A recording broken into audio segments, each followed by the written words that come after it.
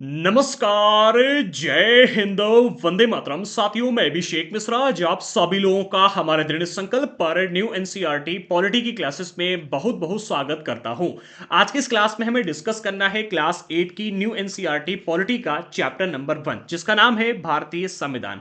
इस चैप्टर का part 1 already आ चुका है और पार्ट 1 में हमने सबसे पहले बात की थी कि हमको क्लास 8 की एनसीईआरटी पॉलिटी में कौन कौन से टॉपिक डिस्कस करने को मिलेंगे। एंड उसके बाद में हमने चैप्टर नंबर 1 का सबसे पहला टॉपिक, जिसका नाम है संविधान किसे कहते हैं, यह भी हमने पार्ट 1 में डिस्कस कर लिया है। तो अगर आप लोगों ने अभी तक पार्ट 1 का वीडियो नहीं देखा है तो डिस्क्रिप्शन बॉक्स में आपको वीडियो मिल जाएगा, जाकर के आप देख सकते हैं। एंड वन मोर थिंग, अगर आपको एनसीईआरटी को बारीकी से पढ़ना है, बारीकी से समझना है एक एक टॉपिक को, ताकि आपको दोबारा एनसीईआरटी पढ़ने की जरूरत ना पड़े एंड एग्जाम में अगर कोई प्रश्न आता है तो आप उसका उत्तर दे पाए, तो आप हमारे चैनल को सब्सक्राइब कर लीजिएगा। एंड अगर आपको वीडियो अच्छा लगे तो लाइक एंड शेयर जरूर करना। लेकिन अगर आपको एनसीईआरटी केवल कंप्लीट करनी है, केवल इसलिए पढ़ रहे हो कि आपको एनसीईआरटी पढ़नी चाहिए, तो आप यूट्यूब पर बहुत सारे मैराथन वीडियोस मिल जाएंगे जिन्होंने केवल 3 से 4 घंटे के अंदर क्लास 8 के एनसीईआरटी पॉलिटी को कंप्लीट पढ़ा दिया। आप जाकर वो वीडियोस देख सकते हैं। लेकिन अगर आपको बारीकी से एनसीईआरटी को समझना है तो कॉपी और पेन लेकर के बैठ जाइएगा। मैं एक एक टॉपिक को एक्सप्लेन करूंगा। अगर कहीं भी आपको ऐसा लगता है कि टॉपिक आपको समझ में नहीं आया तो कमेंट बॉक्स में बताना, और जो टॉपिक मैं एक्सप्लेन करता जाऊं, जो इंपॉर्टेंट बताता जाऊं, कॉपी और पेन लेकर बैठ जाइएगा, नोट करते जाना। एंड अगर आपको हमारे नोट्स चाहिए हैं ये एनसीईआरटी के, तो हमने हमारा व्हाट्सएप नंबर डिस्क्रिप्शन बॉक्स में प्रोवाइड कर दिया है। व्हाट्सएप पर मैसेज करके आप हमसे एनसीईआरटी के नोट्स ले सकते हैं, बट याद रखना नोट्स के लिए आपको पेमेंट करना होगा। एंड अगर आप हमारे चैनल पर नए हैं तो मैं आपको बता दूं, हिस्ट्री एंड ज्योग्राफी की हमने क्लास 6 से लेकर के 8 तक की कंप्लीट क्लासेस उपलब्ध करवा दी हैं, जिसकी प्लेलिस्ट आपको डिस्क्रिप्शन बॉक्स में मिल जाएगी। एंड पॉलिटी की क्लास 8 की क्लासेस चल रही हैं, एंड इसके अलावा आगे की क्लासेस कंटिन्यू है। तो अगर आपको ये सारी क्लासेस ज्वाइन करनी है तो डिस्क्रिप्शन बॉक्स में प्लेलिस्ट दी गई है। प्लेलिस्ट के माध्यम से आकर के अभी तक की आई हुई सभी क्लासेस आप देख सकते हैं। अब आ जाते हैं अपने मेन टॉपिक पर। तो आज के इस चैप्टर का जो हमारा टॉपिक है वो रहेगा, किसी देश को संविधान की जरूरत क्यों पड़ती है। क्योंकि हमने ये वाला टॉपिक डिस्कस कर लिया था पार्ट 1 में, तो पार्ट 1 में आप इसे जाकर के देख लेना। पार्ट 2 में हमें आज डिस्कस करना है कि किसी देश को संविधान की जरूरत क्यों पड़ती है। एंड इसके अलावा यहां पर हम ये भी समझने की कोशिश करेंगे कि क्या वो सभी देश जिनके पास में अपना संविधान है लोकतांत्रिक देश हैं या फिर नहीं, और किसी देश को लोकतांत्रिक देश बनने के लिए संविधान में क्या प्रावधान करने चाहिए। अर्थात संविधान और लोकतंत्र के बीच में जो संबंध है उनको आज के इस चैप्टर में हमें इस टॉपिक में पार्ट 2 में समझना है कि किसी देश को संविधान की जरूरत क्यों पड़ती है, और संविधान की वजह से क्या कोई देश लोकतांत्रिक देश बन सकता है या नहीं बनता है। ठीक है, बहुत ही गहरा टॉपिक है, बहुत इंपॉर्टेंट टॉपिक है, इससे कई बार प्रश्न आ चुके हैं। तो चलिए शुरू करते हैं। आज के इस टॉपिक का सबसे पहले पॉइंट में कहा जा रहा है कि आज दुनिया के ज्यादातर देशों के पास में अपना संविधान है। अगर आप देखोगे भारत के पास भी है, पाकिस्तान के पास भी है, चीन के पास भी है, और आपको रूस के पास भी देखने को मिलेगा। लगभग भारत देश के 95 से 96-7% देशों के पास में संविधान आज के टाइम पर आपको देखने को मिल जाएगा। और आमतौर पर सभी लोकतांत्रिक देशों से हम ये उम्मीद कर सकते हैं, ठीक है, सभी लोकतांत्रिक देशों के बारे में उम्मीद की जाती है कि उनके पास में अपना संविधान जरूर होगा। जितने भी लोकतांत्रिक देश होते हैं हम सभी से उम्मीद करते हैं, लेकिन इसका मतलब ये बिल्कुल भी नहीं है कि जिन देशों के पास में अपने संविधान होते हैं वे सभी देश लोकतांत्रिक देश हैं। इसको थोड़ा सा बारीकी से समझने का प्रयास कीजिएगा। कहने का अर्थ यहां पर यह है कि जितने भी लोकतांत्रिक देश होते हैं उन सभी से ये हम ये उम्मीद करते हैं कि उनके पास में अपना संविधान जरूर होगा। लेकिन जिन देशों के पास में अपना संविधान है, हम उनसे ये उम्मीद बिल्कुल भी नहीं कर सकते हैं कि वो पूर्ण रूप से लोकतांत्रिक देश ही होंगे। क्योंकि अगर आप एग्जाम्पल देखना चाहो तो चीन एक ऐसा देश है जिसके पास में अपना संविधान है लेकिन पूर्ण रूप से लोकतांत्रिक देश नहीं है। ठीक है, दूसरा एग्जाम्पल आप देखोगे कि हमारे रूस एक हमारा बहुत ही पड़ोसी मित्र है, अच्छा दोस्त है, अच्छा दोस्त है। तो रूस के पास में अपना संविधान है लेकिन पूर्ण रूप से वो एक लोकतांत्रिक देश नहीं है। एंड इसके अलावा अगर आप नेपाल का एग्जांपल लेते हो, बिल्कुल भी हमारे पड़ोस का है, तो नेपाल के पास में पहले संविधान था लेकिन पूर्ण रूप से लोकतांत्रिक देश नहीं था, वहां पर तख्ता पलट किया गया। एंड आज वहां पर एक नया संविधान, हाल ही में वहां पर एक नया संविधान लागू किया गया, जिसका एग्जांपल भी चैप्टर में दिया गया जो भी हम डिस्कस करेंगे। तो यहां पर इस बात को समझ लीजिएगा कि जितने भी लोकतांत्रिक देश होते हैं उन सभी से हम ये उम्मीद करते हैं कि उनके पास में अपना संविधान जरूर होगा। लेकिन जिन देशों के पास में अपना संविधान संविधान है, जरूरी नहीं है कि वो सभी देश लोकतांत्रिक देश हों। ठीक है, संविधान जो है ये कई उद्देश्यों की पूर्ति करता है। बहुत इंपॉर्टेंट बात यहां पर कही, जो संविधान है किसी भी देश में रहने वाले नागरिकों के लिए कई सारे उद्देश्यों की पूर्ति करता कौन है? संविधान। ठीक है, तो किन किन उद्देश्यों की पूर्ति करता है और किन किन उद्देश्यों की वजह से हम संविधान को किसी भी देश में लागू करवाते हैं, इस टॉपिक को हम यहां पर समझते हैं। उनमें से कुछ ही उद्देश्य लेकर के आएंगे। अगर सभी उद्देश्यों को रख देंगे तो भाई वीडियो तो फिर 10 घंटे में भी कंप्लीट होना मुश्किल पड़ जाएगा। क्लास 8 की एनसीईआरटी पॉलिटी है, तो क्लास 8 की एनसीईआरटी पॉलिटी के हिसाब से बहुत ही अच्छी तरह से यहां पर कुछ उद्देश्य दिए गए, जिनमें से पहला उद्देश्य आइए अब हम यहां पर डिस्कस करते हैं। पहला उद्देश्य क्या दिया जा रहा है, देखते हैं।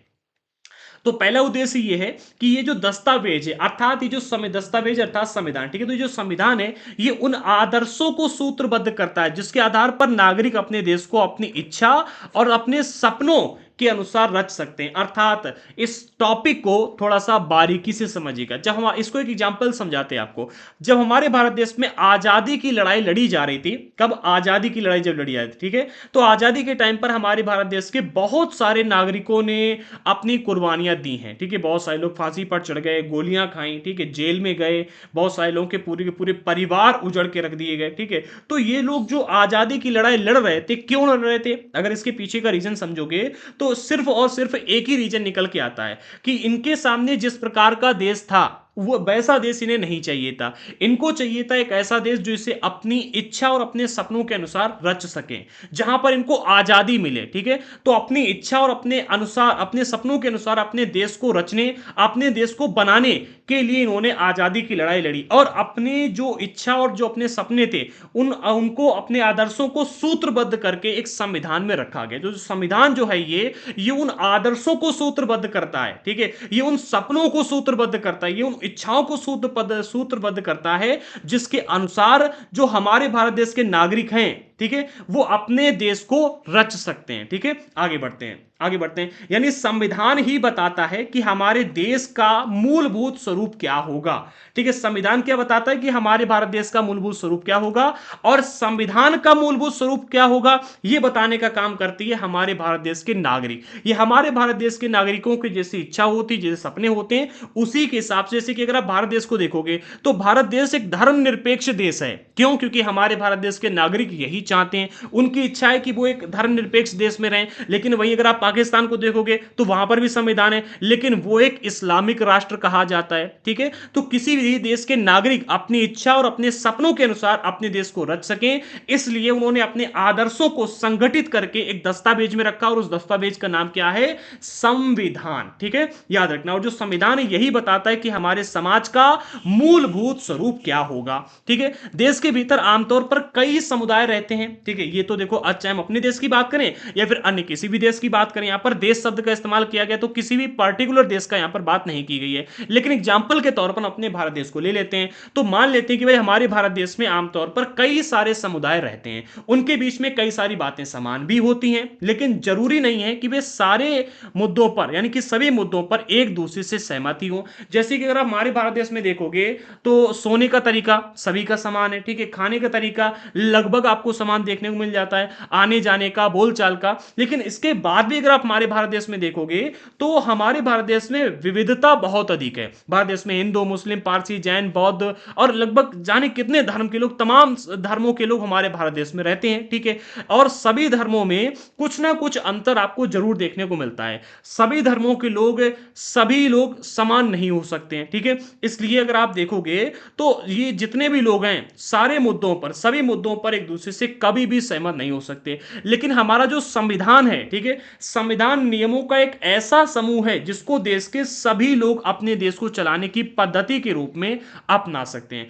क्योंकि हमारे भारत देश में रहने वाले या फिर किसी भी देश में रहने वाले जो नागरिक होते हैं वो सभी बातों पर समान नहीं होते। जैसे कि शादी करना ही ले लो, ठीक है, शादी करना ही ले लो। ठीक है, तो हिंदू धर्म में एक कहते हैं कि 7 जन्मों का बंधन है। इस्लाम में कहते हैं कि भाई हमारे यहां पर एक समझौता है शादी, ठीक है, समझौते की तरह उसे देखा जाता है। भाई मैं इसका कोई ज्ञाता नहीं हूं, बट मैंने कई जगह पर इस बात को सुना है कि इस्लाम में शादी एक समझौता होता है। ठीक है, इसी तरह से अगर आप देखो शादी करने का एक तरीका ही देख लो, तो ईसाई लोग अलग तरह से शादी करते हैं, ठीक है, जैन लोग अलग तरह से करते हैं, हिंदू धर्म में अलग तरह से किया जाता है। तो इसी तरह से अगर आप देखोगे तो ये सभी लोग एक दूसरे से हर बात पर सहमत नहीं होते हैं, लेकिन संविधान जो है ये ऐसे नियमों का समूह अपने पास में रखता है जिसको इस देश में रहने वाले या फिर जिस देश का संविधान है उस देश में रहने वाले सभी लोगों को उन नियमों का पालन करना ही होगा, चाहे वो किसी भी धर्म के हो, किसी भी जाति के हो, किसी भी पंथ के हो, अमीर हो या गरीब हो, सभी को करना पड़ेगा। ठीक है, जिसको एक देश में देश के सभी लोगों को देश को चलाने की पद्धति के रूप में कि देश चलता रहे, ठीक है, देश संगठित रहे,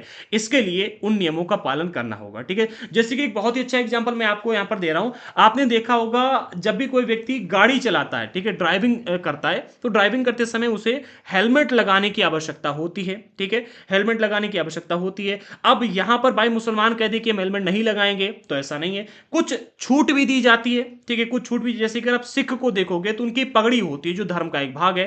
ठीक है, तो उनको छूट देगी कि अगर आप पगड़ी बांधे हुए हैं तो आप अगर हेलमेट नहीं भी लगाएंगे तो चल जाएगा। ठीक है, लेकिन अन्य सभी धर्मों के लोगों के पास में उनके धर्म में ऐसी कोई भी बात नहीं कही गई थी, इसलिए सभी को हेलमेट लगाना चाहिए। लाइसेंस की बात की गई, किसी भी धर्म के आप व्यक्ति हो, कोई भी छूट नहीं है, सबको लाइसेंस की जरूरत है क्योंकि देश को चलाना है, देश को संगठित रखना है। ठीक है, इसके जरिए वे न केवल यह तय करते हैं कि सरकार किस तरह की होगी, सरकार किस तरह की होगी यह तय करने का काम कौन करता है, यह तय करने का काम करता है संविधान। लोकतांत्रिक देश में सॉरी देखो, हमारे देश की जो सरकार होगी किस तरह की होगी, सरकार 5 साल तक कार्य करेगी, 10 साल तक कार्य करेगी, या फिर चुनाव किस तरह का होगा। ठीक है, या फिर किस नेता के पास में, किस मंत्री के पास में, या फिर सबसे अधिक पावर किसके पास में रहेगी, विधायिका के पास में, न्यायपालिका के पास में, या जनता के पास में, इन सभी चीजों को तय करने का काम कौन करता है, संविधान करता है। ठीक है, क्या कहा जा रहा है, इसके जरिए वे न केवल यह तय करते हैं कि सरकार किस तरह की होगी, बल्कि उन आदर्शों पर भी एक साझी समझ विकसित करते हैं जिसकी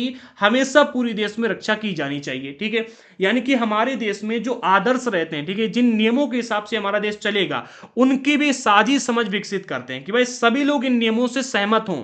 ठीक है, जैसे कि अगर हम हेलमेट की बात करें तो सिख लोग जो थे इसके विरुद्ध थे, क्योंकि उसमें कहा गया कि भाई हमारे देश सिखों के धर्म में कहा गया कि उनको पगड़ी पहननी है। ठीक है, तो संविधान में प्रावधान कर दिया गया कि अगर आपको ये स्वीकार नहीं है तो आप जो भी व्यक्ति पगड़ी पहने हुए होगा उसे हेलमेट लगाने की आवश्यकता नहीं है, लेकिन अगर आप पगड़ी नहीं पहने हो तो आपको हेलमेट लगाना पड़ेगा। ठीक है, इसी तरह से लाइसेंस की बात है तो सभी लोगों को लाइसेंस चाहिए है। ठीक है, इसी तरह से शादी के टाइम पर अगर आप देखोगे तो मैरिज सर्टिफिकेट आज के टाइम पर लॉन्च कर दी गई। ठीक है भाई, जो किसी भी धर्म को नहीं मानता है वो कोर्ट मैरिज कर सकता है जाकर के, एक ऑप्शन दे दिया संविधान ने। तो इस तरह से जो आदर्श होते हैं उनमें भी सभी की साझी समझ, यानी कि सब लोग मिलजुल करके एक समझ, एक अपनी कह सकते हैं कि भाई अपनी विचारधारा विकसित कर सकते हैं जिसकी पूरे देश को रक्षा करनी चाहिए। ठीक है, आगे बढ़ते हैं। इन बातों का मतलब समझने के लिए, हाँ, जो अभी हमने पर बातें की हैं, इनका मतलब समझने के लिए हम दो बिल्कुल अलग परिस्थितियों पर गौर करेंगे। कौन कौन सी दो अलग परिस्थितियां हैं, देखो चैप्टर में न्यूज़पेपर दिया गया था बट मैंने न्यूज़पेपर की कटिंग यहां पर नहीं रखी है। ठीक है, ताकि मतलब ज्यादा बड़ा ना लगे, बट जो भी इंपॉर्टेंट टॉपिक थे वो हमने यहां पर रख दिए हैं। ठीक है, तो हम यहां पर दो एग्जांपल लेंगे हमारे पड़ोसी देश नेपाल का। ठीक है, नेपाल की दो अलग अलग परिस्थितियां हैं जिनको यहां पर रखेंगे और उनसे समझने का प्रयास करेंगे। ठीक है, तो दोनों घटनाएं भारत के उत्तरी सीमा पर स्थित नेपाल के ताजा इतिहास की घटना। नेपाल का एक बहुत ही ताजा इतिहास है। ठीक है, क्योंकि अभी 2015 में नेपाल का नया संविधान लागू किया गया है। ठीक है, वहां की सरकार को हटा करके, वहां की जो राजा वाली सरकार थी उसको हटाया गया, वहां का जो संविधान था उसको ध्वस्त कर दिया गया, राजतंत्र को ध्वस्त किया गया और अभी हाल ही में वहां पर एक नए संविधान को लागू किया गया है। ठीक है, तो ये ताजा घटना है, इसीलिए इसी का एग्जाम्पल लेकर के हम आगे बढ़ते हैं। ठीक है, तो दोनों घटनाएं भारत की उत्तरी सीमा पर स्थित नेपाल के ताजा इतिहास की घटनाएं। समाचार पत्रों के माध्यम से ऊपर दी गई खबर, जो खबर थी वो हमने नीचे रख दी है। ठीक है, तो नीचे भी उसको भी हम आपको पढ़ के बताएंगे। ठीक है, खबर में बताया गया कि नेपाल के लोगों ने हाल ही में एक अंतरिम संविधान को मंजूरी दी है, अर्थात एक नए संविधान को यहां पर उन्होंने मंजूरी दी है। सवाल यह उठता है कि जब नेपाल में पहले से ही संविधान था तो उसे नए संविधान की जरूरत क्यों पड़ी भाई।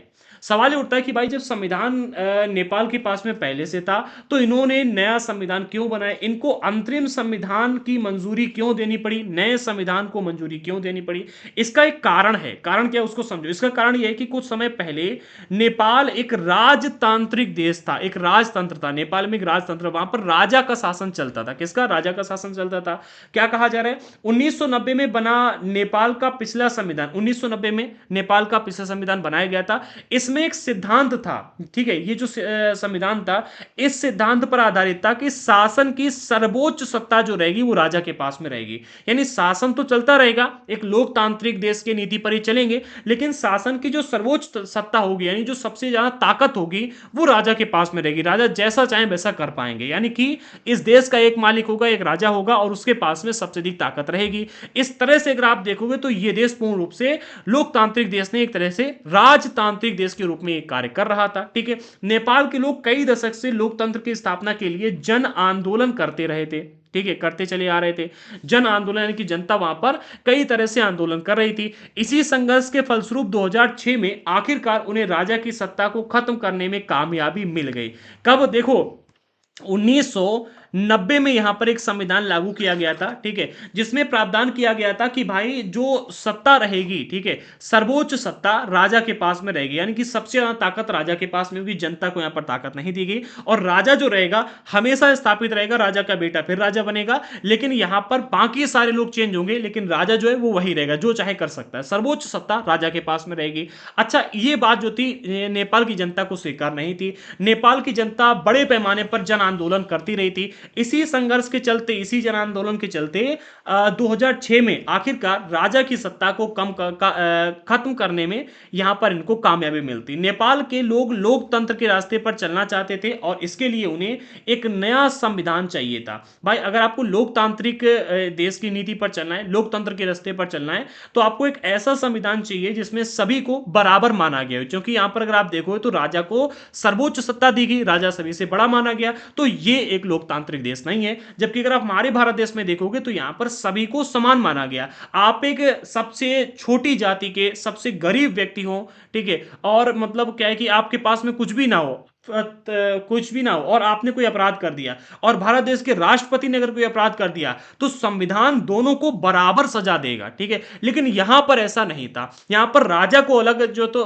राजा के लिए अलग प्रावधान थे और आम जनता के लिए अलग प्रावधान थे। लेकिन अगर आपको लोकतंत्र के रास्ते पर चलना है तो सभी को समान माना जाएगा, ठीक है। तो यहां पर जब इन्होंने 2006 में राजा की सत्ता को खत्म कर दिया, तो अब इनको एक नए संविधान की आवश्यकता थी, क्योंकि पिछले संविधान में राजा को ताकत दी गई थी। पिछला संविधान जो था वो राजतंत्र के आधार पर बना हुआ था, ठीक है। वे पिछले संविधान को इसलिए नहीं अपनाना चाहते थे क्योंकि उसमें वे आदर्श नहीं थे जो वे बंगाल के लिए सॉरी नेपाल के लिए चाहते थे। नेपाल की जनता जैसा चाहती थी वैसी बातें उस संविधान में, वैसे आदर्श उस संविधान में नहीं दिए गए थे, जिसके लिए वो लड़ रहे थे। अब इसके बाद में आगे बढ़ते हैं, थोड़ा सा और डिस्कस करते हैं, ठीक है। जिस तरह फुटबॉल के खेल में नियम बदलते ही खेल बदल जाता है, हमने पार्ट 1 में डिस्कस किया था कि प्रत्येक खेल को परिभाषित करने के लिए उसके कुछ नियम होते हैं। अगर नियम नहीं होंगे तो एक खेल से दूसरे खेल के बीच में हम अंतर महसूस नहीं कर पाएंगे। इसी तरह से जैसे कि हम देखते हैं संविधान, ठीक है, तो अगर एक संविधान से दूसरे संविधान के बीच में अंतर होगा, ठीक है, तभी हम उसमें फर्क महसूस कर पाएंगे, नहीं तो नहीं कर पाएंगे। समझो, जिस तरह फुटबॉल के खेल में नियम बदलते ही खेल बदल जाता है, उसी तरह से नेपाल को राजतंत्र की जगह लोकतांत्रिक शासन व्यवस्था पर चलने के कारण अपने नियम बदलने होंगे, ठीक है। अभी तक यहां पर राजतांत्रिक व्यवस्था थी, राजा को सर्वोच्च सत्ता मिली हुई थी, लेकिन अगर इनको लोकतांत्रिक रास्ते पर चलना है तो इनको अपने नियम बदलने होंगे, अपने संविधान को बदलना होगा, अपने आदर्शों को बदलना होगा, ताकि नए समाज की रचना की जा सके। और यही कारण है कि नेपाल के लोगों ने 2015 में अपने देश के लिए एक नया संविधान अपनाया। कब? 2015 में, ठीक है। अच्छा, अब यहां पर पूरी घटना क्या हुई थी इसको मैं यहां पर इस बॉक्स में दी गई जानकारी के माध्यम से समझते हैं। जो हमने भी बात की थी कि ऊपर दी गई जानकारी, ठीक है, वो यही जानकारी हमने नीचे यहां पर रखी थी, ताकि पूरा टॉपिक समझने के बाद में बीच में अगर रखते तो गड़बड़ हो जाता, गड़बड़ घोटाला मैं नहीं चाहता हूं। तो यहां पर क्या है कि अब लास्ट में इस टॉपिक को समझते हैं, ठीक है। तो लोकतंत्र के लिए नेपाल के संघर्ष, ठीक है, तो नेपाल ने किस तरह से संघर्ष किया वो दिया गया था, अब यहां पर डिस्कस करते हैं। तो नेपाल में लोकतंत्र के लिए कई जनसंघर्ष हो चुके थे, कई सारे जनसंघर्ष हुए थे, ठीक है। 1990 में हुए जनसंघर्ष के बाद लोकतंत्र की स्थापना हुई थी। ये लोकतांत्रिक व्यवस्था 2002 तक, यानी कि 12 साल तक कायम रही। कब तक रही थी? 12 साल तक, 1990 से लेकर के 2002 तक, ठीक है। लेकिन इसके बाद भी अगर आप देखो तो इस टाइम पीरियड में भी जो लोकतंत्र में ताकत थी, ठीक है, सत्ता की ताकत थी, वो सर्वोच्च सत्ता राजा के हाथ में ही थी, ठीक है। लेकिन लोकतंत्र की स्थापना हो चुकी थी और लोकतांत्रिक व्यवस्था के तहत यहां पर सारे के सारे कायदा कानून बने हुए थे। अक्टूबर 2002 में राजा ज्ञानेंद्र, क्या नाम इनका? राजा ज्ञानेंद्र, ठीक है, इन्होंने गांव में गांव में माओवादी संगठन के बढ़ते प्रभाव का बहाना बना करके सेना की मदद से सरकार के विभिन्न कामों को अपने कब्जे में लेना शुरू कर दिया। देखो 12 साल बाद होता यह है कि अक्टूबर 2002 में राजा ज्ञानंद क्या करते हैं, कहते हैं कि भाई नेपाल के जो अलग अलग गांव हैं वहां पर माओवादी संगठन का प्रभाव बढ़ रहा है, और इसके चलते अगर ऐसा होता रहा तो देश जो है गुलाम बन जाएगा और माओवादी संगठन जो है हमारी सत्ता खत्म करके अपनी सत्ता स्थापित कर लेगा और यहां से लोकतंत्र समाप्त हो जाएगा। इन्होंने ये बहाना दिया और बहाना दे करके जो सरकार के विभिन्न कार्य थे उनको अपने कब्जे में ले लिया सेना की मदद से। ठीक है, फरवरी 2005 में राजा ने शासन की बागडोर पूरी तरह से अपने हाथ में ले ली। जब फरवरी 2005 तक राजा ने शासन की पूरी बागडोर अपने हाथ में ले ली, जो भी निर्णय होते थे वो राजा ही लेता था, सारे के सारे कार्यभार राजा संभालता था, राजा ने किसी को आजादी नहीं दी। तब होता यह कि नवंबर 2005 में माओवादियों ने अन्य कई सारे राजनीतिक दलों के साथ में मिलकर के 12 सूत्रीय समझौतों पर दस्तखत किए, और इस समझौते में आम लोगों को लोकतंत्र और अमन चैन बहाल होने की उम्मीद दिखाई दे रही थी। समझो, देखो अभी तक क्या था कि राजा ने यह कहा था कि भाई माओवादी संगठन जो है ये अलग अलग गांवों में अपना प्रभाव बढ़ाते जा रहे हैं, और ये क्या है कि एक दिन आकर के लोकतंत्र खत्म कर देंगे और देश को गुलाम बना लेंगे। ये दलील देकर के राजा ने क्या किया था कि लोकतंत्र को खत्म करके और पूरे देश में अपनी सत्ता स्थापित कर दी, और पूरे देश में 2005 तक आते आते जितने भी क्षेत्र थे शासन की पूरी बागडोर अपने हाथों में ले ली। लेकिन 2005 में ही नवंबर में माओवादी संगठनों ने क्या किया कि 12 सूत्रीय समझौता किया अन्य कई सारे राजनीतिक दलों के साथ में मिलकर के, जो नेपाल में लोकतंत्र चाहते थे उनके साथ मिलकर के समझौता किया, और समझौता करने के बाद में ये कहा कि भाई हम भी चाहते हैं कि जो नेपाल है, ठीक है, नेपाल अमन और चैन के रास्ते पर चले। यहां पर क्या है कि खून खराबी ना हो, लड़ाई दंगे ना हो, आंदोलन ना हो, ठीक है, लोकतंत्र और अमन चैन के बहाल होने की उम्मीद यहां पर दिखाई देने लगी। जब इन्होंने समझौता किया, इससे पहले लड़ाई दंगे बहुत हो रहे थे, आंदोलन हो रहे थे, तो जनता को उम्मीद दिखाई देने लगी कि अब लोकतंत्र की स्थापना होगी और हमारे देश में भी शांति कायम होगी। ठीक है, लोकतंत्र के लिए चल रहा जो ये जन आंदोलन था 2006 तक अपने शिखर पर पहुंच गया। जब ये 12 सूत्रीय समझौते हो गए तो इसके बाद में जन आंदोलन और बड़े पैमाने पर फैला और 2006 तक बिल्कुल पीक पर पहुंच गया। आंदोलनकारियों ने राजा की ओर से दी गई छोटी मोटी रियासतों को नामंजूर कर दिया। राजा क्या करते थे, लालच देते थे कि भाई ये रियासत तुम रख लो, वो रियासत तुम रख लो, और इस तरह से काम करो। तो यहां पर अब लोगों ने क्या किया, रियासतों को स्वीकार करना बंद कर दिया। यानी कि हम कह सकते हैं एक तरह से असहयोग नीति का इन्होंने प्रयोग किया। ठीक है, असहयोग आंदोलन शुरू कर दिया। ठीक है, तो नामंजूर कर आखिरकार अप्रैल 2006 में राजा को तृतीय संसद बहाल करने और राजनीतिक दलों को सरकार बनाने का मौका देना पड़ा। अर्थात राजा ने अप्रैल 2006 तक आते आते अपने हथियार डाल दिए और राजा ने कहा कि भाई हम लोकतंत्र की पुनः स्थापना के लिए कार्य करेंगे। ठीक है, और जो विभिन्न राजनीतिक दल थे उनको यह अधिकार दे दिया कि अब आप अपनी सत्ता मतलब अपनी सरकार बना सकते हो चुनाव के माध्यम से। ठीक है, 2008 में राजतंत्र को खत्म करने के बाद में नेपाल लोकतंत्र बन गया। कब? 2008 में। ठीक है, 2008 में ये पुनः एक लोकतांत्रिक देश बना और 2015 में आकर के इन्होंने अपना एक नया संविधान लागू किया। ठीक है, अब आगे बढ़ते हैं। अब जो दूसरा यहां पर उद्देश्य दिया गया, अच्छा हमने अभी यहां पर जब इस टॉपिक को स्टार्ट किया था तो हमने बताया था कि संविधान कई उद्देश्यों की पूर्ति करता है, जिनमें से पहला उद्देश्य हमने देख लिया कि संविधान जो है पहले उद्देश्य की पूर्ति कैसे करता है। अर्थात किसी भी देश को संविधान जो है, संविधान के माध्यम से हम किसी भी देश को लोकतांत्रिक देश कैसे बना सकते हैं। ठीक है, लोकतांत्रिक देश के लिए संविधान इसमें क्या पूर्ति करता है वो हमने यहां पर समझा। ठीक है, अच्छा जो दूसरा उद्देश्य है संविधान का वो क्या है, अब हम यहां पर देखते हैं। तो संविधान का संविधान का दूसरा प्रमुख उद्देश्य, मुख्य उद्देश्य है देश की राजनीतिक व्यवस्था को तय करना। पहला उद्देश्य क्या था? पहला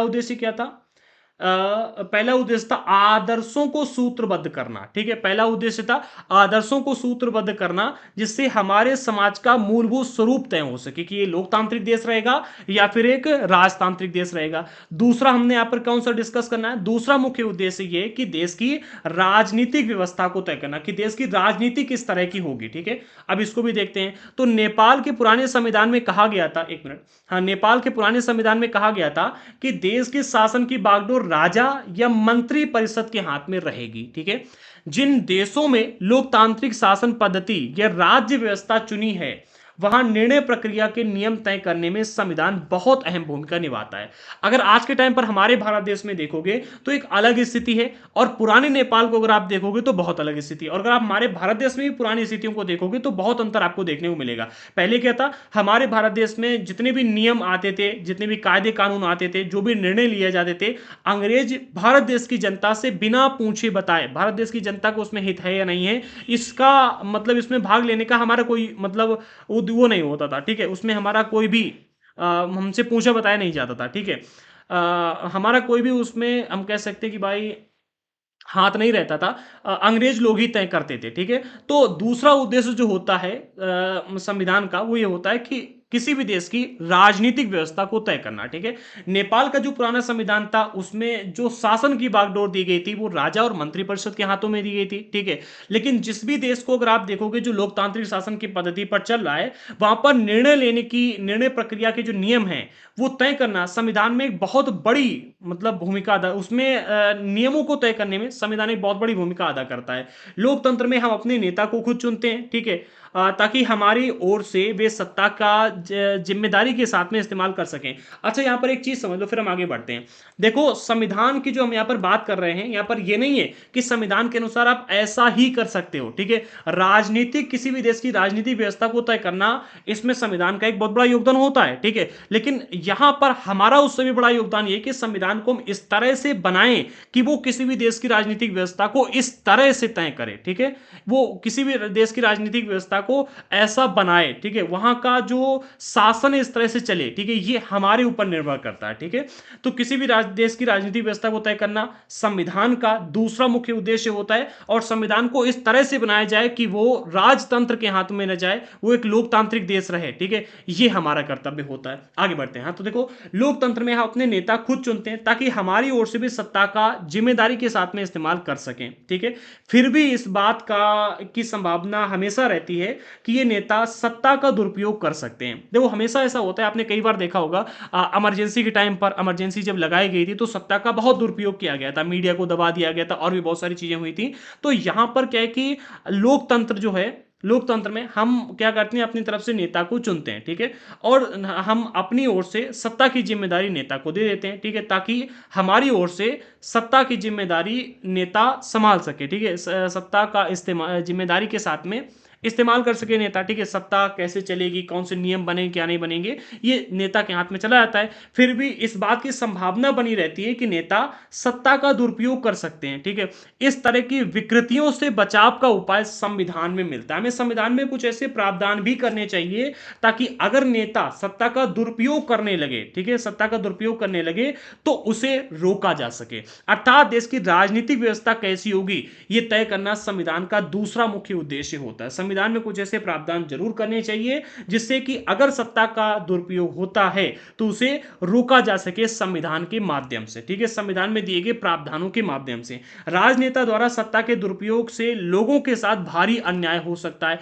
इस अन्याय को रोकने के लिए संविधान का दूसरा मुख्य उद्देश्य है कि कुछ ऐसे प्रावधानों को किया जाए। ठीक है, अगले पॉइंट में कहा जा रहा है कि लोकतांत्रिक समाजों में प्रायः संविधान ही ऐसे नियम तय करता है जिसके द्वारा राजनेताओं के हाथों सत्ता के दुरुपयोग को रोका जा सके, और संविधान में ऐसे प्रावधानों को रखना हमारा कर्तव्य है। ठीक है, आगे बढ़ते हैं।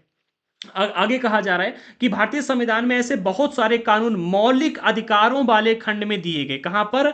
मौलिक अधिकारों वाले खंड में ऐसे बहुत सारे प्रावधान दिए गए हैं जिससे सत्ता का दुरुपयोग होने से बचा रह सके। ठीक है, ताकि जनता के खिलाफ नेता लोग कुछ ऐसे कार्य ना कर सकें। अब इस टॉपिक को थोड़ा सा बारीकी समझो। क्या कहा जा रहा है? लोकतांत्रिक समाजों में प्राय संविधान ऐसे नियमों को तय करता है जिसके द्वारा राजनेताओं के हाथों सत्ता के दुरुपयोग को रोका जा सके। ठीक है, अगर हम वहीं पर अपने भारत देश के संविधान को देखते हैं तो भारत देश के संविधान में जो मौलिक अधिकारों वाला खंड दिया गया, यहां पर ऐसे बहुत सारे कानून दिए गए हैं जिससे राजनेताओं को सत्ता का दुरुपयोग करने से रोका जा सके। भारतीय संविधान देश के सभी व्यक्तियों को समानता का अधिकार देता है। समानता का अधिकार का अर्थ यह कि अगर कोई व्यक्ति कोई अपराध करता है, ठीक है, तो चाहे वो कितना भी अमीर हो, कितनी भी बड़ी पोस्ट पर बैठा हो, या कितना भी गरीब हो और भिखारी ही क्यों ना हो, दोनों को कानून आंख बंद करके समान देखेगा।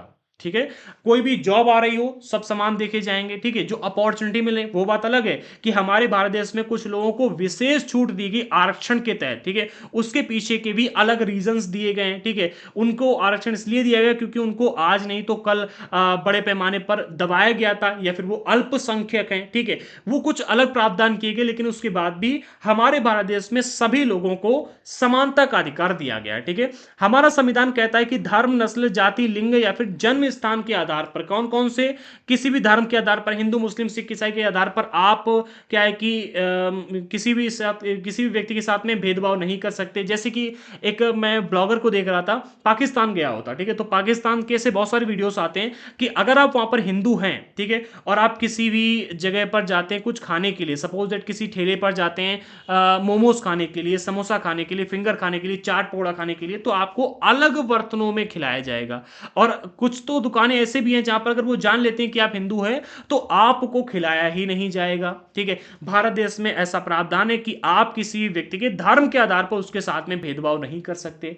वहां पर मैंने देखा था कि अगर आप हिंदू हैं तो आपके बाल नहीं काटेगा कोई, लेकिन यहां पर ऐसा नहीं है। आप किसी भी जाति धर्म के हो, अगर बाल काटने की दुकान है, आप वहां पर जाते हो तो आपके बाल काटे जाएंगे, ठीक है। किसी भी नस्ल, जाति, लिंग या फिर जन्म स्थान के आधार पर आपने देखा होगा आदिवासी समूह के साथ में बहुत अन्याय होता है, तो संविधान ने उनकी रक्षा के लिए कुछ प्रावधान किए। काफी टाइम पहले क्या हुआ था कि आदिवासी समूह के साथ में अन्याय बहुत बड़े पैमाने पर किया जा रहा था, तो वो संविधान के उपयोग उन्होंने क्या किया, कोर्ट गए और कोर्ट ने उन्होंने मौलिक अधिकारों की यहां पर बात की। चैप्टर नंबर देखो, जो हास्यकरण वाला टॉपिक है वहां पर मैं इस टॉपिक को समझेंगे। तो मौलिक अधिकारों की वजह से इनको सुरक्षा मिली, कुछ ऐसे विशेष प्रावधान किए गए ताकि इनको सुरक्षा मिल सके, ठीक है।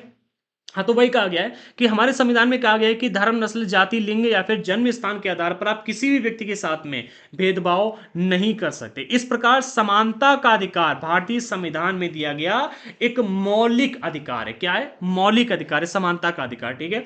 आगे कहा जा रहा है अगले पॉइंट में, लोकतंत्र में संविधान का एक महत्वपूर्ण काम यह होता है कि कोई भी ताकतवर समूह किसी दूसरे कम ताकतवर समूह या लोगों के खिलाफ अपनी ताकत का इस्तेमाल ना कर सके।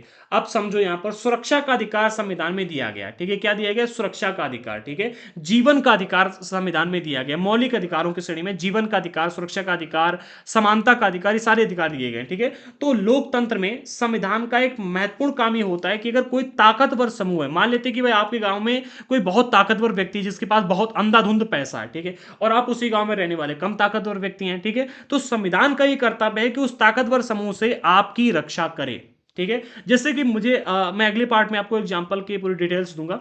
अभी ना मैं एक बार डिबेट देख रहा था, ठीक है, न्यूज़ देख रहा था, तो आपने देखा होगा एक डिबेट में क्या नाम उनका, सुधांशु जी हैं, शायद सुधांशु त्रिवेदी जी हैं। हाँ, उन्होंने एक एग्जांपल दिया था कि दक्षिण भारत साइड में, तमिलनाडु में या फिर और कहीं की बात की जा रही थी, वहां पर मुसलमान समुदाय की संख्या बहुत अधिक हो गई थी, ठीक है। तो उन्होंने कहा कि भाई हमारी संख्या बहुत अधिक हो गई है और यहाँ पर हिंदुओं की संख्या कम है, तो अब यहाँ पर क्या है कि मंदिर में घंटा और स्पीकर नहीं बजेंगे, मंदिर में आरती नहीं होगी, ठीक है, आरती नहीं होगी। जब इस तरह की मतलब आरती के स्पीकर बजाते थे वो, तो उन्होंने कह दिया नहीं होगी। वहां की सरकार ने इस बात को मान लिया, लेकिन जब हिंदू समाज कोर्ट गया तो हाई कोर्ट ने बीच में आकर के कहा कि भारत में समानता का अधिकार दिया गया है, ठीक है, संविधान में समानता का अधिकार दिया गया, आपकी संख्या अधिक है इसका मतलब ये नहीं कि आप दूसरों के अधिकारों का हनन करने लगे, ठीक है। और उन्होंने, जो सरकार ने फैसला लिया था कि अब यहां पर मंदिर में घंटा नहीं बजेगा, मंदिर में आरती नहीं बजेगी, तो उस तरह के नियमों को हटा दिया गया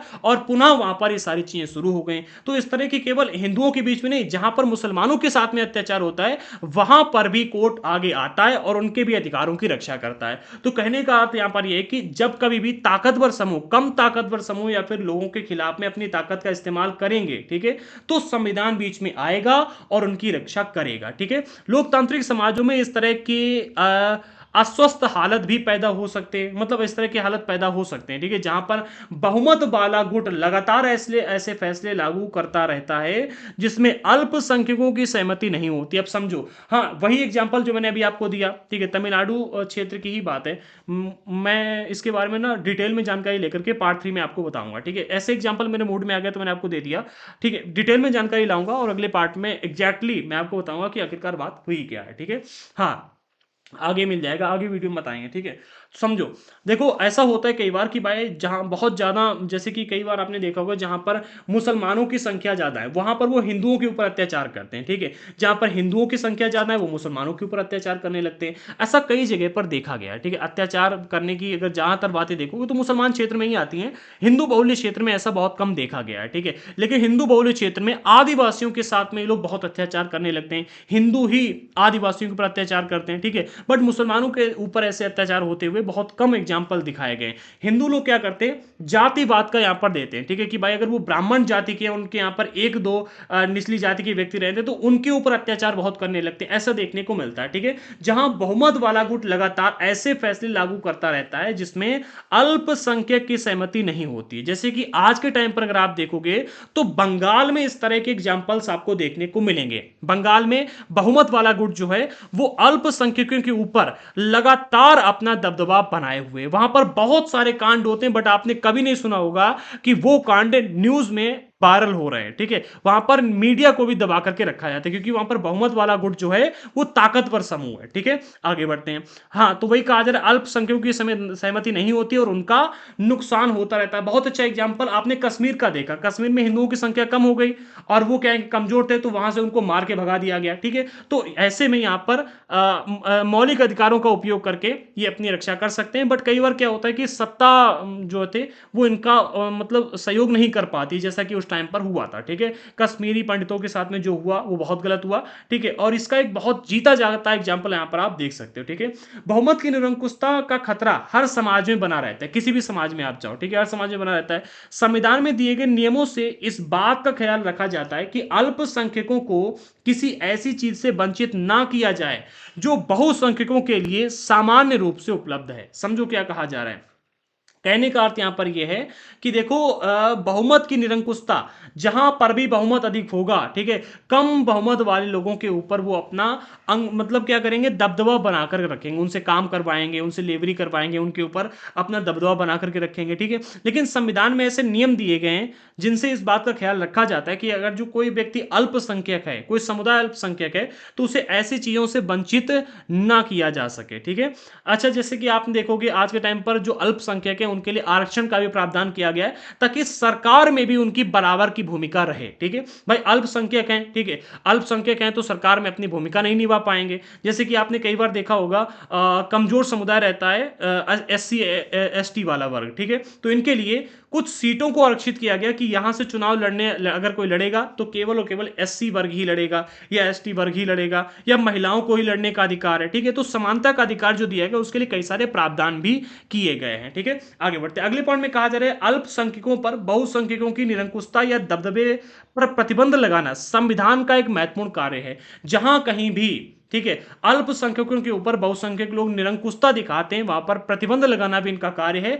और ये हाशियाकरण वाले चैप्टर में डिटेल में समझे क्योंकि वहां पर जब आदिवासी समूहों के साथ में अत्याचार हो रहा था, उनकी महिलाओं के साथ में, उनके साथ में ऐसे ऐसे कांड हुए हैं जिनको किताब में बस ये कहा गया कि मुझे लिखते हुए भी सर्वहारी में इस बुक में लिख नहीं सकता, ठीक है? फिर वहां पर इनकी रक्षा करना, ठीक है, प्रतिबंध लगाना, ये संविधान का महत्वपूर्ण कार्य होता है। यह दबदबा एक समुदाय द्वारा दूसरे समुदाय के ऊपर भी हो सकता है, ठीक है? जैसे कि भाई हिंदू धर्म में ही दो समुदाय हैं, एक आप देख रहे हैं ब्राह्मण वर्ग हो गया, मतलब एक हिंदू धर्म में ब्राह्मण वर्ग हो गया और एक निचली जाति के लोग हो गए, तो क्या है, निचली जाति के लोगों से कार्य करवाते थे। मैं आपको अपने गांव का एग्जांपल देता हूँ, हमारे गांव पे ब्राह्मण लोग जो थे वो एक टाइम पर जमींदार हुआ करते थे, ठीक है? तो निचली जाति के लोगों से उन्होंने उनके यहाँ पर आकर काम करते रहते थे और बदले में खटाई दी जाती थी, अचार का पीस दिया जाता था जिससे जाकर के वो अपना खाना पीना खा सकते थे। मैं ये रियलिटी बता रहा हूँ अपने गाँव की, ठीक है? तो एक बार की बात है, पहले दीवारें हुआ करती थी, दीवारों के ऊपर लिसाई होती थी मिट्टी की, ठीक है? तो एक निचली जाति का व्यक्ति था जो लिसाई कर रहा था, उसे ना बहुत तेज से लैट्रिन लगी, ठीक है? तो उसने कहा कि महाराज हमें बहुत तेज से लैट्रिन लगी, मुझे हो आने दो और फिर मैं आकर करता हूँ। मैं बता रहा हूं उन जमींदार ने, ठीक है, मेरे गांव में आज भी चर्चा होती है, उस व्यक्ति को नीचे नहीं उतरने दिया, कहा कि जब तक पूरा काम नहीं कर लोगे जाने नहीं देंगे, और तो डंडे और मारे। और उसने पता सीढ़ी पे चढ़ के काम करा था, ऊपर बैठे ही बैठे उसने लैट्रिन कर ली, ठीक है, और फिर उसकी और मार पड़ी, उसे उठाकर फेंकनी पड़ी, वहां पर पूरा धुलना पड़ा, मिट्टी लेकर क्या नहीं पड़ी, फिर लिसाई करनी पड़ी, और अधिक मार पड़ी। ठीक है, तो इस तरह से अगर किसी के साथ में निरंकुशता होती है, दबाया जाता है, तो यहां पर संविधान का कर्तव्य है कि उनकी रक्षा करें। ठीक है, का क्या कहा जा रहा है, हाँ, यह दबदबा एक समुदाय द्वारा दूसरे समुदाय के ऊपर भी हो सकता है, जिसे अंतर सामुदायिक यानी कि इंटर कम्युनिटी वर्चस्व कहते हैं, इंटर कम्युनिटी कहा जाता है। ठीक है, अंतर सामुदायिक वर्चस्व कहते हैं, या फिर एक ही समुदाय के भीतर, हाँ, एक ही समुदाय के भीतर कुछ लोग दूसरों को दबा सकते हैं, जिसे अंतः सामुदायिक वर्चस्व कहा जाता है। हाँ भाई, मतलब क्या है कि एक ही समुदाय एक ही कम्युनिटी के अंदर, या फिर एक कम्युनिटी दूसरे कम्युनिटी के ऊपर, मतलब इस तरह से अपना दबदबा बना करके रखती है। ठीक है, अंतर सामुदायिक हो गया कि भाई एक समुदाय दूसरे समुदाय के ऊपर, जैसे कि हिंदू धर्म में मुसलमान धर्म के ऊपर, या फिर मुसलमान धर्म में हिंदू धर्म के ऊपर अपना दबदबा बना ले। और अंतः सामुदायिक का अर्थ हो गया कि भाई एक ही समुदाय के अंदर, जैसे कि हिंदू धर्म के अंदर ही आप देखोगे कि भाई यहाँ पर ना थोड़ी सी अलग डेफिनेशन रहेगी। ऐसे रहेगा कि भाई जैसे दो ब्राह्मण वर्ग हैं, और एक वर्ग ज्यादा अमीर है, एक वर्ग ज्यादा गरीब है, तो गरीब वाले वर्ग से क्या है कि उसको दबा करके रखना, उससे काम करवाना, ये हो गया अंतः सामुदायिक। ठीक है, अंतर सामुदायिक का अर्थ हो गया कि एक कम्युनिटी दूसरे कम्युनिटी के ऊपर अपना दबदबा बना करके रखती है। अगले पॉइंट में कहा जा रहा है संविधान क्यों होना चाहिए। इसका तीसरा महत्वपूर्ण कारण है, दो कारण हमने समझ लिए। ठीक है, तीसरा कारण यह है कि हम खुद को अपने आप से बचा सकें। हाँ, ये भी बहुत जरूरी है। कई बार क्या होता है कि हम खुद को अपने आप से नहीं बचा पाते, हम गुस्से में ऐसे निर्णय ले लेते हैं जो कि हमारे लिए ही खराब होते हैं। ठीक है, मान लो कि भाई सरकार भ्रष्ट हो जाए, और सभी सरकार ने भ्रष्ट हो जाए, ठीक है, और हम कहते हैं कि भाई अब तो तानाशाही सरकार आनी चाहिए, और तानाशाह आ जाए और हम सबको लंबे समय तक शासन अपना बना करके रखे, और हम सबकी ऐसी कम तैसी कर दे, सबकी बाजार डाले। ठीक है, तो ये तो खराब हो जाएगा। तो संविधान इससे भी हमारी रक्षा करता है। क्या कहा जा रहा है, संविधान क्यों होना चाहिए। इसका तीसरा कारण यह है कि हम खुद को अपने आप से बचा सकें। असल में इसका मतलब यह है कि कई बार हम किसी मुद्दे पर बहुत तीखे से सोचने लगते हैं। कई बार ऐसा होता है कि हम किसी किसी मुद्दे पर बहुत तीखे सोचने लगते हैं, बहुत हमारी सोच जो है बहुत कड़वी हो जाती है। ऐसे विचार हमारे व्यापक हितों के लिए नुकसानदेह हो सकते हैं। जैसे कि आप देखो, कई बार आपको बहुत गुस्सा आ जाएगा, तो आपके मन में उल्टे सीधे विचार आने लगते हैं कि मर जाएंगे, उसको मार देंगे, ये कर देंगे, वो कर देंगे, आज मतलब छप्पर फाड़ देंगे और उसका घर गिरा देंगे, आज उसकी ऐसी कम तैसी कर देंगे, ऐसे विचार आने लगते हैं। ठीक है, तो संविधान में ऐसी भावनाओं से बचाने में मदद करता है। संविधान आपको पर्सनली नहीं बचाएगा। ठीक है, देश को आप नुकसान ना पहुंचा दें, समाज को आप नुकसान ना पहुंचा दें, इससे आपको बचाता है। ठीक है, आगे बढ़ते हैं। कैसे बचाता है, ये भी आप एग्जांपल की मदद से समझ लो। संविधान हमें ऐसे फैसले लेने से रोकता है जिससे उन बड़े सिद्धांतों को ठेस पहुंच सकती है जिसमें देश आस्था रखता है। क्या कहा जा रहा है, ऐसे फैसले लेने से हमको संविधान रोकता है जिससे उन बड़े सिद्धांतों को ठेस पहुंच सकती है जिसमें देश आस्था रखता है। जैसे कि धर्मनिरपेक्षता। ठीक है, धर्मनिरपेक्षता, हमारा भारत देश एक धर्मनिरपेक्ष देश है, धर्मनिरपेक्ष नहीं, पंथ निरपेक्ष देश है। ठीक है, पंथ निरपेक्ष धर्मनिरपेक्ष दोनों कहा जाता है। ठीक है, तो वैसे कहा जाता ये जाता है कि हम धर्मनिरपेक्ष देश हैं, किसी भी धर्म का एक देश नहीं है। जैसे कि ना तो हिंदू राष्ट्र है, ना तो इस्लामिक राष्ट्र है, ना ही किसी और मतलब ईसाई राष्ट्र है। तो हमें क्या है कि धर्मनिरपेक्ष देश है। ठीक है, तो ये इसी में हम आशा रखते हैं। अब मान लेते हैं कि भाई हमारे देश में हिंदुओं की संख्या बहुत बढ़ जाए, ठीक है, तो ऐसे निर्णय लेने से हमें रोकेगा जिससे कि हमारे देश की आस्था को ठेस पहुंचे। ठीक है, उदाहरण के तौर पर हो सकता है कि लोकतंत्र को मानने वाले अधिकांश लोग गंभीरता से महसूस करने लगे कि दलगत राजनीति, अर्थात जो राजनीतिक पार्टियां हैं, पार्टी पॉलिटिक्स से बहुत विकृत हो चुकी है, यानी कि बहुत भ्रष्ट हो चुकी है। जो पार्टी आती है बस कमाने में लग जाती है, तानाशाही करती है, और आकर के भ्रष्ट हो चुकी है, सब लूटने में लगी हुई देश को है। ठीक है, ऐसा लोग सोचने लगे अगर, तो क्या होगा। ठीक है, इसलिए अब चीजों को दुरुस्त करने के लिए तानाशाह को ही सौंपा जाना चाहिए, फिर फौजी शासन हो जाना चाहिए, जो कि आप देखोगे अगर अधिकतर तो पाकिस्तान में चलता है। पाकिस्तान में फौजी शासन बहुत बड़े पैमाने पर चलता है, खुल करके नहीं आता है, बहुत बहुत बड़े पैमाने पर वहां पर चलता है। अगर ऐसे विचार हमारे देश के लोगों के मन में आ जाए, ठीक है, अब मान लो अगर फौजी शासन लागू होता है, तो फौजी शासन कोई एक दिन के लिए तो लागू होगा नहीं। ठीक है, या फिर अगर कोई तानाशाह आएगा तो कोई एक दिन के लिए, 2 दिन के लिए तो लागू होगा नहीं। अगर कोई पार्टी भ्रष्ट हो जाती है तो उसे हम 5 साल बाद हटा सकते हैं। ठीक है, अपनी एक नई पार्टी बना सकते हैं, जो लोग भ्रष्ट नहीं है वो लोग मिलकर एक पार्टी बना सकते हैं और देश का संचालन अपने हिसाब से कर सकते हैं। जैसे कि अगर आप देखोगे तो केजरीवाल यही कह के आए थे कि भाई सारी पार्टियां भ्रष्ट हो चुकी हैं, सब ऐसे तैसे हो चुके हैं और हम बिल्कुल साफ सुथरे आए, और आज देखो उन्हीं की ऐसी तैसी हुई पड़ी है। ठीक है, अगर आप आम आदमी पार्टी से हैं तो भाई सॉरी, बुरा मत मानना। ठीक है, ऐसा कई सारे एग्जांपल्स देखने को मिलते हैं। ठीक है, उनका घर ही देख लो, उनके घर के पर्दे देख लो, इतने महंगे हैं, केजरीवाल जी के, ठीक है, घर देखो कितना महंगा है, ठीक है, और उन्होंने कहा था कि भाई यमुना नदी को साफ कर देंगे, अभी तक नहीं साफ कर पाए, और भी बहुत सारी चीजें, काम बहुत अच्छे किए, ठीक है, उन्होंने कहा सब भ्रष्ट हैं, लेकिन भ्रष्टता सबसे अधिक उनकी ही दिखाई जा रही देखने को मिलती है, ठीक है। तो अगर ऐसा होता है, अगर जनता के मन में ये ख्याल आता है कि दलगत राजनीति जो है, जो पार्टी पॉलिटिक्स से वो विकृत हो चुकी है, भ्रष्ट हो चुकी है, और अब तानाशाह कोई शासन सौंपना चाहिए, फौजी शासन आना चाहिए, इस भावना में बह करके लोग क्या करते हैं, बहुधा इस बात को महसूस नहीं कर पाते कि लंबे दौर में तानाशाही शासन उनके सारे हितों को तहस नहस कर सकता है। हम पार्टी पॉलिटिक्स को तो एक बार हटा सकते हैं 5 साल बाद, ठीक है, सरकार हमने बनाई 5 साल बाद उसे खत्म कर देंगे, लेकिन अगर तानाशाह बैठ गया उसे नहीं हटा पाओगे। उसे हटाने के लिए तुमको फिर पूरी प्रक्रिया दोहरानी पड़ेगी, कई सारे आंदोलन करने पड़ेंगे, और तानाशाह तो तानाशाह होता है भाई, वो देखो किम जोन, ठीक, कैसी ऐसी हम तैसी मचा करके रखा है। तो ऐसे विचारों से हमें बचाता है कौन? भारतीय संविधान, ठीक है। एक अच्छा संविधान देश की बुनियादी संरचना को इस तरह कि उन्माद से बचाता है, ठीक है, जबकि अगर आप देखो तो पाकिस्तान में ऐसा संविधान नहीं है, ठीक है। यह ऐसे प्रावधानों को आसानी से पलटने नहीं देता जिनके जरिए नागरिकों को अधिकारों का आश्वासन मिलता है, ठीक है। जैसे कि हमारे भारत देश के सभी नागरिकों को भी अधिकार मिले हुए हैं, सभी समान है, ठीक है।